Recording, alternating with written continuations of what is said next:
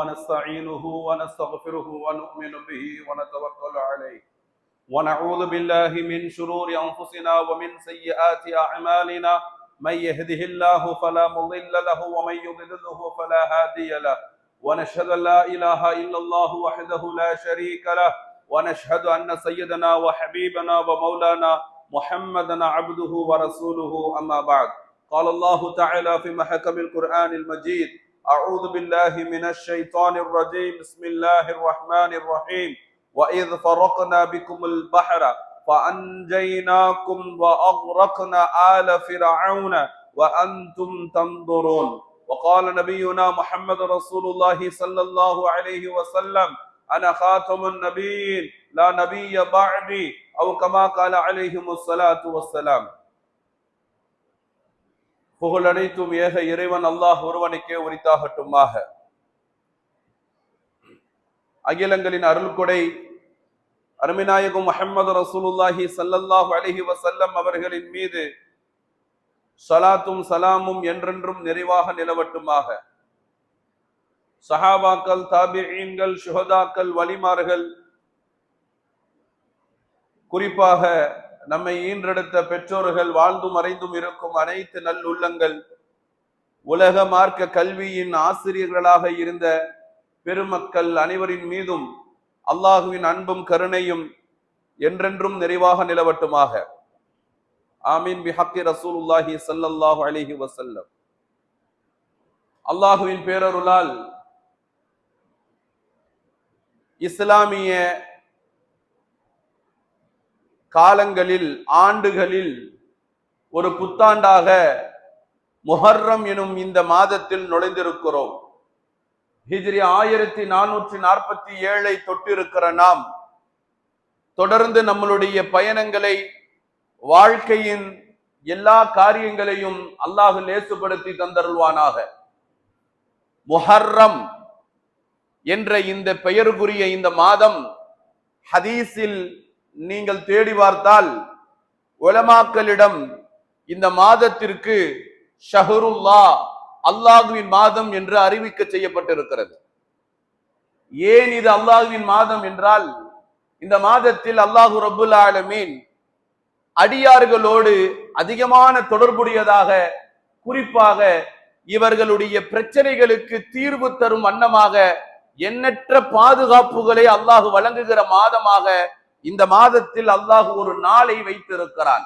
அந்த நாளின் சிறப்பை தான் சுருக்கமாக ஜும்ஆவின் வாயிலாக சிற்றென்னும் நாம் ஒரு சில விஷயங்களை கேட்டு அமல் செய்ய அல்லாஹு தௌஃபீக் செய்வானாக.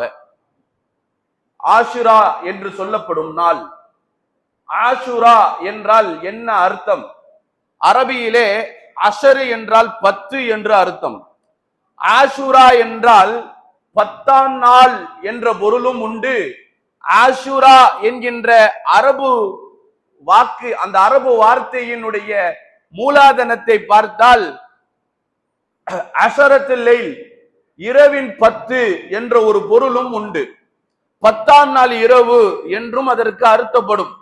அப்ப ஆஷுரா என்பது ஏதோ ஒரு நாளினுடைய விழா கோலத்திற்கு சொல்லப்பட்ட பொருந்தப்பட்ட பெயர் அல்ல. ஆஷுரா என்றால் என்ன என்று முதலில் விளங்க வேண்டும். ஆஷுரா என்றால் 10 என்பது பொருள். அந்த நாளிலே இருக்கும் சிறப்புகள் எண்ணற்ற சிறப்புகள் பெருமக்களே. கண்மணி ரசூலுல்லாஹி ஸல்லல்லாஹு அலைஹி வஸல்லம் அவர்கள் சொல்வார்கள், ரமலானிற்கு பின்னால் உள்ள நோன்பில் ஆஷுராவுடைய நாளில் நோக்கப்படும் நோன்பு ஆக உன்னதமான நோன்பு என்று சொல்லப்படுகிறது. இந்த நாளினுடைய நோன்பின் நன்மைகளை பற்றி பேசும் பொழுது ஹதீஸில் பார்க்க முடியும், யௌம ஆஷுரா அஹ்தஸிபு அலல்லாஹ் அயுகஃபிர ஸனத்தல்லதி கப்லா, முந்திய வருடத்தில் இவன் செய்த பாவத்தை அனைத்தையும், சிறிய பாவங்கள் எல்லாவற்றையும் கரைக்கும்படியான அற்புதமான நோன்பு இந்த நாளிலே உண்டு. அந்த நோன்பின் பலன், அந்த நோன்பில் ஏற்படும் நன்மை, அந்த ஒரு நாள் நோன்பா அல்லது 2 நாள் நோன்பா அல்லது 3 நாள் நோன்பா, இதுதான் நம்மளிடம் வருடம் வருடம் இந்த பிரச்சனை வரும்.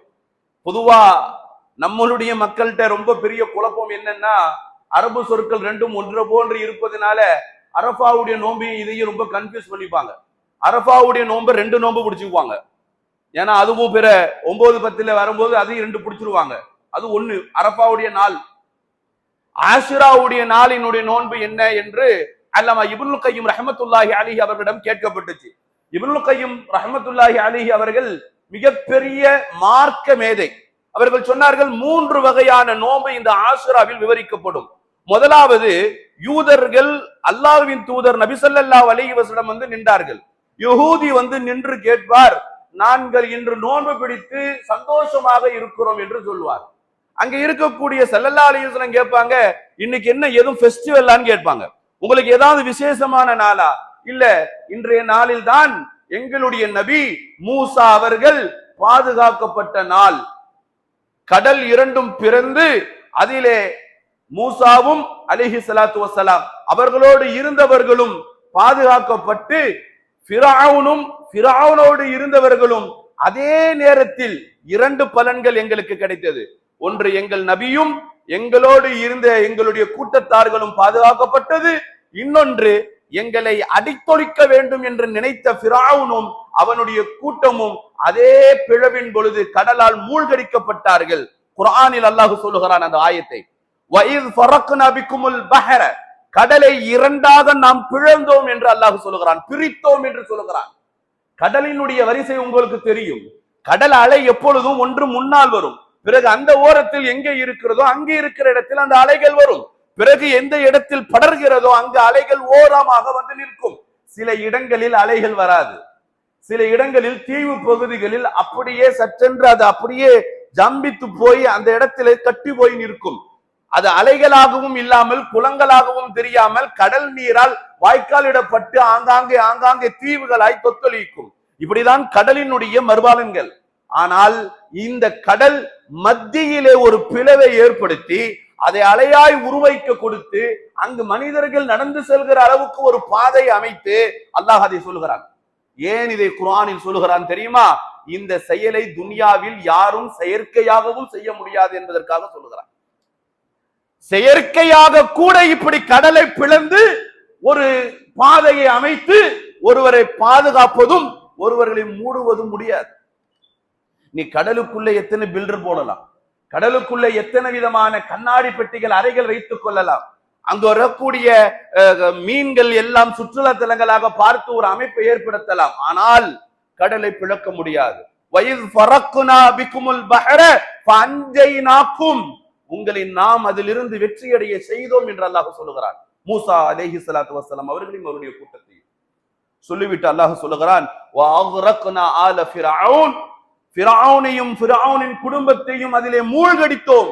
வஅன்தும் தந்துரூன், நீங்கள் அதை பார்த்தீர்கள், உங்களுக்கு அந்த வரலாறுகள் தெரியும். குர்ஆன் சொல்லுகிறது. ஸல்லல்லாஹு அலைஹி வஸல்லம் சொன்னார்கள், அப்படி என்றால் மூசாவுக்கு நீங்க இவ்வளவு விதமா நன்றி செலுத்தி ஒரு நோன்பு பிடிக்கிறீங்கன்னா, உங்களை விட மூசா அலைஹி ஸலாத்து வஸலாம் அவர்களுக்கு ரொம்ப உரிமையானவர்கள் நாங்க தான்பா. நாங்கள் தான் மூசாவிற்கு ரொம்ப உரியார்கள். வைன்னஹு கியாரு, அவர்கள் எங்கள் இருக்கும் ஆக சிறந்த முன்னோர்கள். அந்த நாளுக்காக உங்களை போன்று இல்லாமல் உங்களை விட அதிகமாக 2 நாட்கள் நாங்கள் நோன்பு நோற்போம் என்று சொன்னார்கள் ஸல்லல்லாஹு அலைஹி வஸல்லம். அதிலே 9வது நாளும் 10வது நாளும் நோன்பு பிடிப்பார்கள். 9ம் 10ம் பிடிக்க வேண்டும். இப்ப அல்லாமா இப்னு கய்யிம் ரஹ்மத்துல்லாஹி சொல்லுகிறார்கள், 10ஆம் நாள் மட்டும் பிடிக்காமல் யூதருக்கு மாறு செய்வதாக 2வது வகை என்பது 9, 10 பிடிப்பது. 9 பிடிக்க முடியாதவர்கள் 10ஐ மட்டும் பிடிக்கும் தருணம் இருந்தால் 10ஐயும் 11ஐயும் பிடிக்க வேண்டும். இப்படி 2 நோன்புகளை ஆஷுராவில் பிடிக்க வேண்டும் என்று கண்மணி ரசூலுல்லாஹி ஸல்லல்லாஹு அலைஹி வஸல்லம் அவர்களுடைய ஹதீஸின் விரிவுரையிலாக இருக்கக்கூடிய அல்லாமா இப்னு கய்யிம் ரஹ்மத்துல்லாஹி அலைஹி அவர்கள் இந்த ஆயத்தின் தஃசீர்களை கொண்டும் இது போன்ற ஒரு அழகான அறிவிப்பை நமக்கு சொல்லித் தருகிறார்கள். கைர், அல்ஹம்துலில்லாஹ். ஆஷுராவுடைய நாள் என்பது மகிழ்வானதா அல்லது அது வருத்தத்திற்குரியதா என்பதை கொஞ்சம் பார்த்தோம் என்று சொன்னால், இந்த நாளினுடைய மகிமையை எடுத்து பார்க்கும் பொழுது எவ்வளவு ஆய்வு செய்தாலும் அதில் ஒரு விஷயம் விளங்கப்படுகிறது. என்னன்னா, இந்த நாளில் அல்லாஹ் ஒரு சமுதாயத்தை பாதுகாத்தான், ஒரு சமுதாயத்தை அழித்தான். ஒரு சமுதாயத்தை அல்லாஹ் பாதுகாக்கிறான், ஒரு சமுதாயத்தை அல்லாஹ் அழிக்கிறான். இந்த நாளிலே பாதுகாக்கப்பட்ட சமுதாயம் அல்லாஹ்விடம் அதிகமான நன்றி செலுத்திக் கொண்டே இருக்கிறது. குர்ஆனினுடைய இன்னொரு வசனம், லயுன் ஷக்கர்தும் லஅஸீதன்னக்கும், நீங்கள் எவ்வளவு நன்றி செலுத்துகிறீர்களோ உங்களுக்கு இன்னும் அதிகமாக நாம் தருவோம் என்று அல்லாஹ் சொல்கிறார். அந்த அடிப்படையில பாதுகாக்கப்பட்ட நாளின் நன்றிக்குரியவர்களாக நாம் ஆக வேண்டும் என்றால் பெருமக்களே, இந்த நன்னாளிலே நோன்பு பிடித்து, இந்த நன்னாளிலே அல்லாஹ்விடம் மிக அதிகமான துஆ செய்து, ஆஷுராவினுடைய நாள் அன்று, அன்றைய இரவு அன்று நிறைய துஆக்கள் செய்து அல்லாஹ்வுக்கு நன்றி செலுத்தினால் பலவிதமான பாதுகாப்புகள் நமக்கு உண்டு. ஆஷுராவுடைய நாளை பற்றி ஒவ்வொரு வருடமும் நம் சிறப்புக்குரிய விஷயங்களை சொல்லிக் கொண்டே போவோம். அதுல ரொம்ப முக்கியமான ஒன்று, செய்தனா ஆதம் அலைஹிஸ்ஸலாத்து வஸ்ஸலாம் அவர்கள் முதல் அருமைநாயகம் முஹம்மது ரசூலுல்லாஹி ஸல்லல்லாஹு அலைஹி வஸல்லம் அவர்கள் வரைக்கும் சென்ற நபிமார்கள் எல்லோருக்கும் அதிகமான பாதுகாப்பையும் வெற்றியும் கொடுத்த நாள் ஆஷுராவுடைய நாள். நீண்ட நெடிய நாட்களாக தௌபாவில் ஈடுபட்டு இருந்த செய்தனா ஆதம் அலைஹிஸ்ஸலாத்து வஸ்ஸலாம், நம்மளுடைய அத்தா பாபா ஆதம் அலைஹிஸ்ஸலாத்து வஸ்ஸலாம் அவர்களுடைய துஆ தௌபா கபூலாக்கப்பட்ட நாள் இந்த ஆஷுராவுடைய நாள் என்று அறிவிக்கப்படுகிறது. பலவிதமான சமுதாயங்களில் எல்லா இனங்களையும் எல்லா வர்க்கங்களையும் ஒன்று சேர்த்து ஒரு கடலிலே ஏறி திக்கு முழுங்கி அந்த கடலிலே விட்டு இறங்கி விடுதலை பெற்ற அந்த கப்பலில் இருந்து இறங்கிய நபி நூஹ் அலைஹிஸ்ஸலாத்து வஸ்ஸலாம் அவர்களும் அந்த கூட்டமும் அழகான முறையிலே பாதுகாக்கப்பட்ட நாள் இந்த ஆஷுராவுடைய நாள் என்று அறிவிக்கப்படுகிறது. ஏன்? செய்தனா இப்ராஹிம் அலைஹிஸ்ஸலாத்து வஸ்ஸலாம் நெருப்பு குண்டத்தில் விழுந்து அந்த நெருப்பை அல்லாஹ் குளிரூட்டமாக பூஞ்சோலையாக மாற்றிய நாள் இந்த ஆஷுராவுடைய நாள் என்று சொல்லப்படுகிறது. நீண்ட நெடிய காலங்களாக தன் குழந்தைகள் சிலர் இருப்பார்கள், சிலர் இருக்க மாட்டார்கள். நபி யூசுப் அலைஹிஸ்ஸலாத்து வஸ்ஸலாம் மரணித்து விட்டார்கள் என்ற செய்தியை பரவும் பொழுதும் கூட யாக்கூப் அலைஹிஸ்ஸலாத்து வஸ்ஸலாம் அவர்கள் ஃபஸபுருன் ஜமீல், குர்ஆன் சொல்கிறது அழகான பொறுமையில் நான் இருக்கிறேன் என்று தன்னுடைய பிள்ளைகளை ஆங்காங்கே சன்னஞ்சன்னமாக விட்டுவிட்ட யாக்கூப் அலைஹிஸ்ஸலாம் தொலைத்து விட்ட அவர்கள் தங்கள் வாழ்நாளில் கடைசி காலத்தில் எல்லா மக்களையும் ஹயாத்தோடு மீண்டும் தாங்கள் பெற்று அதிலே நபி யூசுப் அலைஹிஸ்ஸலாம் அவர்களை அரசராய் இந்த உலகம் பார்த்த நாள் ஆஷுராவுடைய நாள் என்று சொல்லப்படுகிறது. யாக்கூப் அலைஹிஸ்ஸலாத்து வஸ்ஸலாம் அவர்கள் தங்கள் குழந்தையோடு சேர்ந்த நாள். 18 வருஷம் இன்னலில் இருந்தார்கள் செய்தனா அய்யூப் அலைஹிஸ்ஸலாத்து வஸ்ஸலாம். ஒரு நாள் 2 நாள் அல்ல, ஒரு வருடம் 2 வருடம் அல்ல, 18 வருடங்கள் தன் நாவை தவிர மற்ற இடங்கள் முழுக்க புழுக்கள் பூத்து கொண்டிருந்த நாள். அந்த நாளில் இருந்து வெற்றி பெற்று உடல் முழுக்க பரிபூர்ண ஷிஃபாவை அல்லாஹ் செய்தனா அய்யூப் அலைஹிஸ்ஸலாத்து வஸ்ஸலாம் அவர்களுக்கு வழங்கினான் என்றால் அது இந்த ஆஷுராவுடைய நாள் என்று சொல்லப்படுகிறது. இப்படி எத்தனை நாட்கள் விஷயமாக நாம் கடந்து போகும் பொழுது நபிமார்களுடைய பெரும்பாலான நிறைய விடுதலைகள், நிறைய சுதந்திரங்கள், நிறைய பாதுகாப்பு, நிறைய பேருக்கு அவர்களுடைய வாழ்க்கையில் கிடைத்த மகிழ்ச்சியான தருணங்கள் எல்லாம் இந்த ஆஷுராவுடைய நாள் என்று சொல்லப்படுகிறது. அல்லாஹ் இந்த ஆஷுராவுடைய நாளை கொண்டு நமக்கும் நம்முடைய குடும்பத்தார்களுக்கும் தேவையான முழுமையான பாதுகாப்பை அல்லாஹ் வழங்கி அருள் புரிவானாக. ஒரு பக்கம் மகிழ்வை இருந்தாலும் மறுபக்கம் இதே இடத்தில் இந்த ஆஷுராவை ஒரு சமூகம் நெஞ்சிலே அடித்துக் கொள்கிறது, மாரை அடித்துக் கொள்கிறது, ரத்தங்களை கிழித்துக் கொள்கிறது, முகத்தில் அடித்துக் கொள்கிறது. யார் இவர்கள்? உங்களுக்கு தெரியும் செய்தனா ஹுசைன் ரலியல்லாஹு அன்ஹு அவர்களை பற்றி. அருமைநாயகம் ரசூலுல்லாஹி ஸல்லல்லாஹு அலைஹி வஸல்லம் அவர்கள் சொன்னார்கள், ஹுசைனும் மின்னி வ அன மின்ஹு. 6 வருட காலம் குழந்தையாக இருந்து பிறந்தது முதல் தொடர்ந்து 6 வருட காலம் தாயின் மடியை விட ரஹ்மத்துல்லாஹி ஆலமீன் ரசூலின் மடியில் வளர்ந்த பிள்ளைதான் ஹுசைன் ரலியல்லாஹு அன்ஹு. 6 வருடம் அந்த குழந்தை திறந்து பார்த்தால் ரசூலின் முகம் இருக்கும். ரசூல் கொடுத்த முத்தங்களின் கணக்கெடுத்து பார்த்தால் அதிகமாக ஹுசைனின் கன்னத்திலும் ஹுசைனின் உதட்டில் தான் அதிகமாக இருக்கும். அப்படிப்பட்ட ஒரு குழந்தை செய்தனா ஹுசைன் ரலியல்லாஹு அன்ஹு. ஸல்லல்லாஹு அலைஹி வஸல்லம் மடியிலே இருந்த குழந்தையை பார்த்த அந்த நேசத்தையும் பாசத்தையும் பார்த்த சஹாபாக்கள் கேட்பார்கள், யா ரசூலல்லாஹ், ஹுசைனும் நீங்களும் சேர்ந்து விட்டீர்களா என்று கேட்பார்கள். நாயகம் சொன்னார்கள், அன மின்ஹு, ஹுசைனும் மின்னி வ அன மின்ஹு.